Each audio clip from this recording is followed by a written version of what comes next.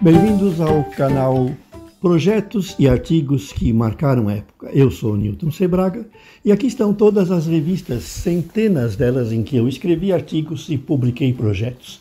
E como vocês podem ver, eu tenho a maioria desses projetos funcionando e montados.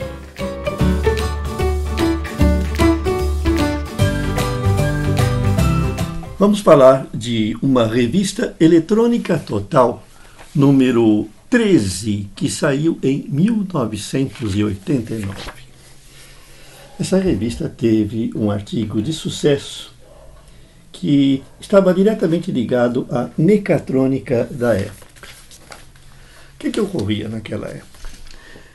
Uma das maiores dificuldades para aqueles que tentavam fazer um robozinho, um carrinho, um barco, ou qualquer outro dispositivo móvel, né, que hoje nós encaixamos naquilo que se denomina mecatrônica, encontravam muitas dificuldades em obter partes mecânicas, principalmente para fazer a caixa de redução.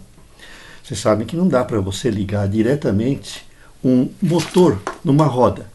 Você precisa de uma caixinha de redução como essa, que tem um motor e que reduz a rotação, a velocidade do motor para obter maior torque com menor velocidade.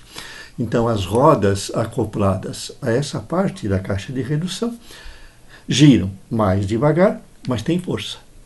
Então as caixas de redução tinham que ser feitas com engrenagens, normalmente de plásticos, ou então de metal, se você desse a sorte de encontrá-las em algum lugar. Mas naquela época a editora conseguiu fazer o contrato com uma firma que fabricava uma caixa de redução de metal, que está aqui na capa.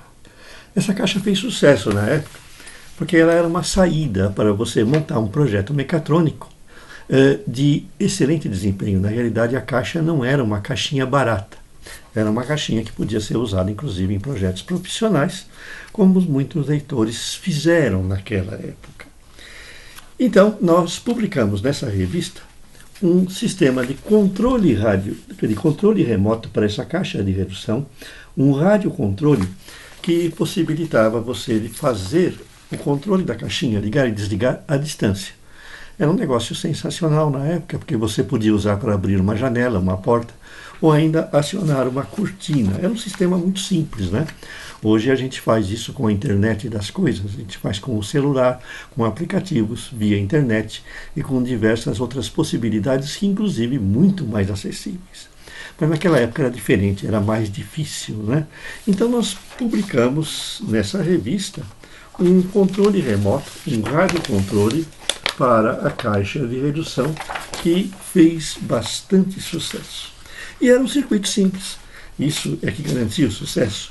Qualquer um podia montar. O transmissor se baseava num circuito bastante conhecido de um transmissorzinho com um transistor que a gente já usava em outras aplicações e que a gente dava a plaquinha de circuito impresso para que fosse montado e colocado numa caixinha. E para o receptor, nós fizemos algo diferente. Nós utilizamos uma montagem integrada com circuito CMOS, um receptor sensível, e fizemos um sistema de sequencial, acionamento sequencial. Dava-se um pulso, ligava. Dava o pulso seguinte, desligava. E assim por diante, num sistema cíclico, em que a gente usou um 4017 para essa finalidade, e dava até a possibilidade de acrescentar mais coisas nessa cadeia de controle, que podia ser feita até com 10 posições. Mas o mais interessante é que nós já começávamos a utilizar a matriz de contato e assim a montagem desse sistema receptor, se bem que era um pouco crítico, nós fizemos numa matriz de contato. Na realidade, nós demos esse padrão de matriz de contato porque naquela época existiam plaquinhas que tinham esse padrão. Você podia comprar uma plaquinha de circuito impresso que tinha o mesmo padrão da matriz de contato. Assim você montava o seu projeto na matriz de contato e, se funcionasse, você não precisava se preocupar em desenhar a placa.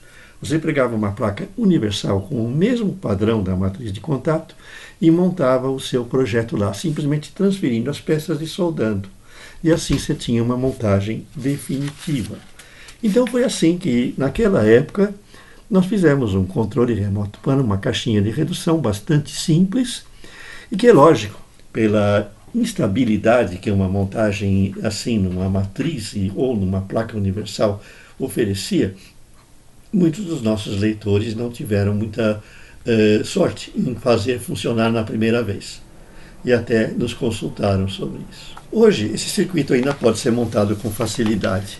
O único componente que você vai ter talvez alguma dificuldade em encontrar é o trimmer que era utilizado para fazer o ajuste da frequência, que ia um no transmissor e outro no receptor, conforme vocês podem ver. Esse é o do transmissor, um trimmerzinho de base de porcelana, que se você for fazer a montagem hoje, você pode trocar por um trimmer que seja montado, que tenha base de plástico, como aqueles que nós usamos em nossos transmissores mais modernos, como esse aqui, que vocês têm, a pecinha verde aqui é o trimmer, que é diferente daquele trimmer antigo, de base de porcelana, que eventualmente você pode encontrar num aparelho antigo, como um rádio ou outro aparelho semelhante lá das décadas passadas, do século passado.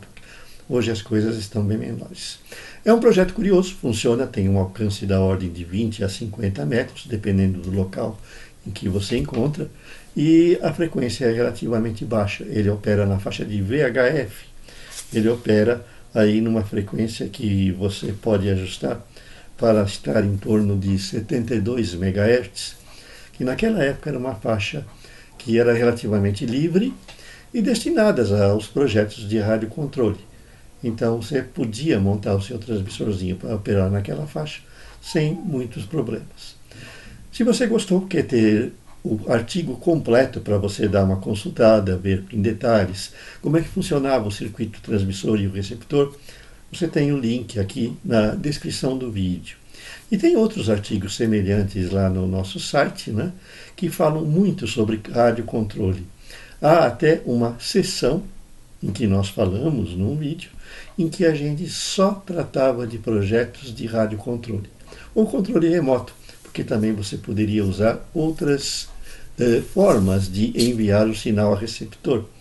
Hoje mesmo nós não precisamos enviar necessariamente o sinal via rádio. Nós podemos fazer por um link infravermelho, por exemplo, e nós demos até no passado alguns circuitos de links indutivos para você transmitir um sinal através de uma parede, ou através de uma tábua, de uma mesa, ou através de um piso, de um andar para outro, de uma habitação. Deixe o seu like, inscrevam-se no nosso canal e aguardem nossos próximos vídeos em que nós falamos daqueles projetos antigos que fizeram época, dando assim alguns detalhes que levam você à possibilidade de montá-los hoje e, em alguns casos, até algumas situações curiosas em que os dispositivos foram usados. Eu mesmo utilizei para dar um susto nas pessoas. Eu peguei a minha pequena caixinha de redução, puxei um fio, escondi e coloquei uma daqueles pratinhos que tem a vela em cima. E era para assombrar. Aí eu coloquei a vela em cima da mesa, ninguém viu a linha, o circuito, um ambiente meio escurecido, meio fantasmagórico. E quando lá os meus amigos entraram, eu apertei o controle remoto e a vela andou em cima da mesa. Né? Foi aquele susto total, né?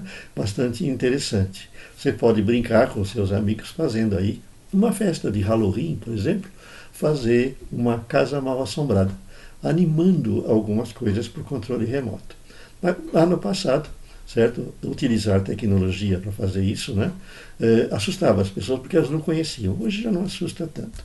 Mas é uma curiosidade lá do passado. Até mais.